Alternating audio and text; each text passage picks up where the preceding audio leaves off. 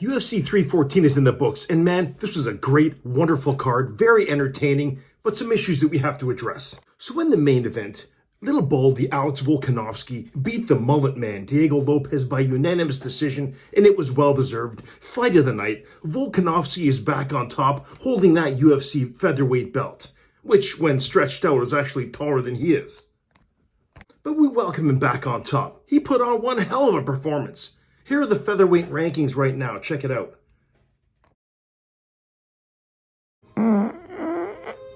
Now, since Ilia Topuria vacated that featherweight belt and is moving up to lightweight, well, who do we got next in line? I see Yair Rodriguez. We'll talk about him in a minute. Have a nice day. That'll be a great fight.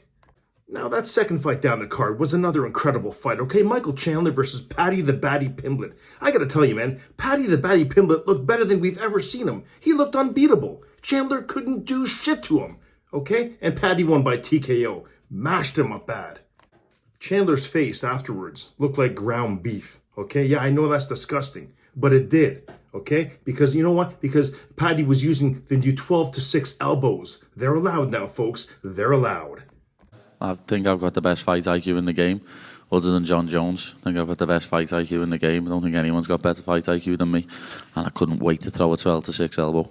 Now, after the fight, Paddy was being interviewed, and Colby Covington came by and he started mouthing off to him. Typical, right? Colby picking on someone who's smaller than him in a smaller weight class. Man, here it is. Bro, you fight scrub. You guys are 2 and 6. I'll come and slap you, and you'll be...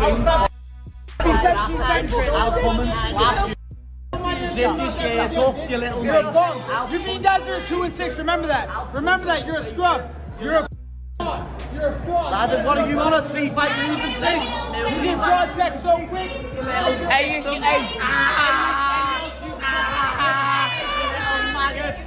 keep putting your act on you. Mr. Irrelevant, trying to stay relevant. The fucking whopper.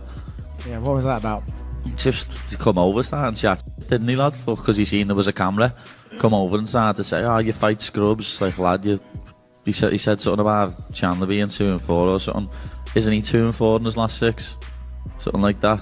He's an absolute bum, lad. He's nearly 40. He's trying to... Paddy Pimblett himself is a very interesting character. A Scouser. Maybe they're all like that. But his insults are very unique. Like, he's referred to his opponent as a little sausage. You know what I mean? And on the mic after his fight, he referred to all his doubters as a pack of mushrooms. So he refers to people as food, types of food. Wasn't that interesting, man? Maybe that's just Scouser humor. Remind me never to visit that place. Now, that third fight down the card was an interesting one. It was supposed to be with newcomer Patricio Pitbull Freire versus Yair Rodriguez, okay? This one here, we expected fireworks. But the Pitbull looked more like a poodle, okay? And basically did nothing for the majority of the fight.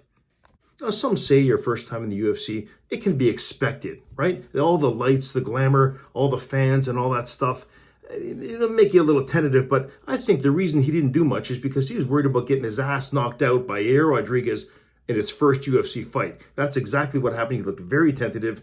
I think Yair's going to get the next featherweight title fight. I don't think there's any choice in that. Let's make it happen. Hope he knocks out Baldy Volkanovski. Now we also had Bryce Mitchell, okay, on the card, who we talked about in the previous video there. It's in the description.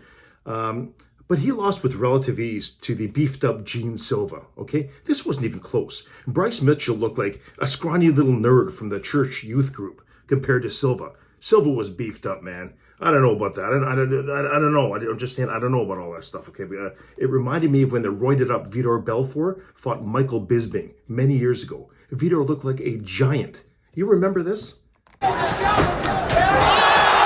is again, that left high kick, and Bisping is opened up and in all sorts of trouble. That'll do it.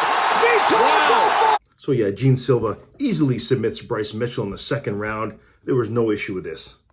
So it looks like all that praying that Bryce did before the fight, accusing Silva of putting a curse on him. Remember in the previous video there, I talked about, he said he was having dreams about beautiful women propositioning him, coming onto him. He said that they were evil, and it was Gene Silva that put that curse on him.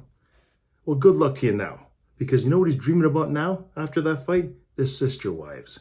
Good luck sleeping for the rest of your life, you little religious prick. What I'm saying is Satan has put a spell over me when I sleep that I'm seeing these demons, and I see legions of demons, and I'll fight them with my fists, and then I would fight them all night. I'd hit them and they fall down, hit them and they fall down, but then I'd wake up covered in sweat, and then I'd go back to sleep, and then it would be just beautiful women trying to tempt me to cheat on my wife in my dreams, and this happened for 2 weeks in a row, and so that's when I knew that this is not normal. This is not something that has ever happened to me, and so that this is a spiritual attack. So I went to the church asking for prayer, and the dreams receded after I asked many Christians for prayer. And Last up, we also had Dominic Reyes, who smashed Nikita Krylov in the first. Reyes is fully back now. Okay, this guy is awesome again. The guy who they say might have been the one guy to beat John Jones. It was a close fight. He should now be contending for the light heavyweight title again. Maybe one more fight, and that's it. Good for him. One more thing to quickly address. Dana White did talk briefly about the Global Fight League shutting down, or not, well, kind of shutting down. He was asked about it. And as you may or may not know, the GFL had canceled its first 2 events, unfortunately. And we knew this would happen. Okay, I did some videos about this. I'll put some in the description there.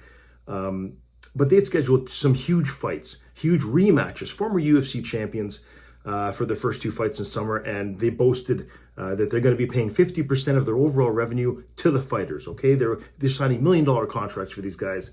Yeah, we knew it wouldn't work. On the GFL's first card, they were actually going to have Mauricio Shogun Rua versus Yoel Romero, and Luke Rockhold versus Chris Weidman, 3. Okay, pretty intriguing stuff among many other fights. Apparently, a large investor sobered up and said, "Hell no, I ain't putting my money towards that bullshit." Yeah. But we all knew this would happen. Here's Dana White pretending he has no idea what the GFL is. Yeah, I don't know enough about the GFL to really speak on it. But this is, yeah, it's a lot harder than it looks. It's a lot harder than it looks. So there you have it. Another very entertaining UFC card last night. Tremendous fights. Great time all the way around. More to come. We look forward to seeing you all in the future. But not before we give a quick shout out again to our main sponsor. It's quite pungent. Oh, yeah. Ooh, it's a formidable scent. It stings the nostrils. Subscribe today to get your free bottle. And you're welcome.